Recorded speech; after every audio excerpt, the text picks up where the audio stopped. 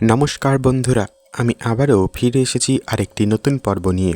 আজকের এই পর্বে আমি আলোচনা করতে চলেছি শ্রীকৃষ্ণ যখন কোনো বড় খুশির খবর দিতে চান তখন তিনি কোন 5টি পরীক্ষা নেন এই বিষয় নিয়ে।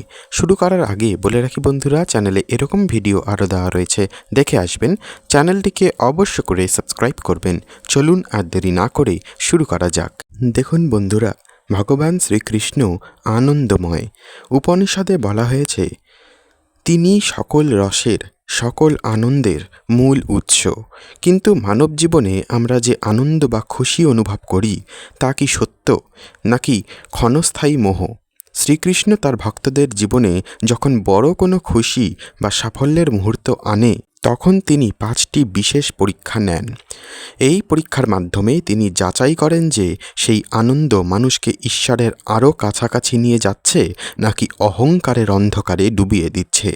প্রথম পরীক্ষা, অহংকারের পরীক্ষা, সম্পদ ও সাফল্যের বিনয়। মানুষ যখন হঠাৎ করে প্রচুর সম্পদ, ক্ষমতা বা জাগতিক সাফল্য লাভ করে তখন তার জীবনে বড় খুশি আসে। শ্রীকৃষ্ণ তখন পরীক্ষা নেন এই খুশিতে ভক্তের মনে অহংকার জন্ম নিচ্ছে কিনা। সত্যিকারের ভক্ত যখন চরম সাফল্যের শীর্ষে থাকেন তখনও তিনি বিনয়ী থাকেন এবং সেই সাফল্যকে ঈশ্বরের আশীর্বাদ বলে মনে করেন। অন্যদিকে যে ব্যক্তি এই পরীক্ষায় ব্যর্থ হন তিনি নিজের ক্ষমতার অহংকারে অন্ধ হয়ে ঈশ্বর ও তার চারপাশের মানুষদের অবজ্ঞা করতে শুরু করেন। দ্বিতীয় পরীক্ষা, স্মরণের পরীক্ষা, আনন্দে ঈশ্বরকে মনে রাখা। কথায় আছে, মানুষ বিপদে পড়লে ঈশ্বরকে ডাকে কিন্তু সুখে থাকলে ভুলে যায়।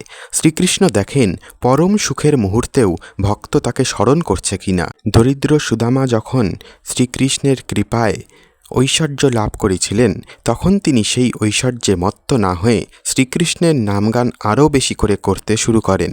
বড় খুশির মুহূর্তে কৃতজ্ঞতার সাথে ঈশ্বরকে মনে রাখা হলো ভক্তির অন্যতম বড় পরীক্ষা। তৃতীয় পরীক্ষা, আসক্তির পরীক্ষা, খুশি হারানোর ভয়। জাগতিক আনন্দ সবসময় ক্ষণস্থায়ী। শ্রীকৃষ্ণ কোনো বড় খুশি দিয়ে পরীক্ষা করেন যে ভক্ত সেই খুশির প্রতি কতটা আসক্ত হয়ে পড়েছে। যদি সেই আনন্দ হারিয়ে যাওয়ার ভয় মানুষ সারাক্ষণ চিন্তিত ও আতঙ্কিত থাকে তবে বুঝতে হবে সে জাগতিক মায়ায় আটকে পড়েছে। আর যদি সে সেই খুশিকে ঈশ্বরের দান হিসেবে গ্রহণ করে এবং তা চলে গেলেও মনকে শান্ত রাখতে পারে তবে সে শ্রীকৃষ্ণের এই আসক্তির পরীক্ষায় উত্তীর্ণ হয়। চতুর্থ পরীক্ষা, অন্যের সাথে আনন্দ ভাগ করা। বড় খুশি বা সাফল্য এলে মানুষ তা কীভাবে উপভোগ করে শ্রীকৃষ্ণ সেটি গভীরভাবে পর্যবেক্ষণ করেন। যে ব্যক্তি নিজের আনন্দে এতটাই মত্ত হয়ে যান যে আশেপাশের দুঃখী বা অভাবী মানুষের প্রতি আর কোনো ভ্রক্ষেপ থাকে না তিনি কৃপা থেকে দূরে সরে যান।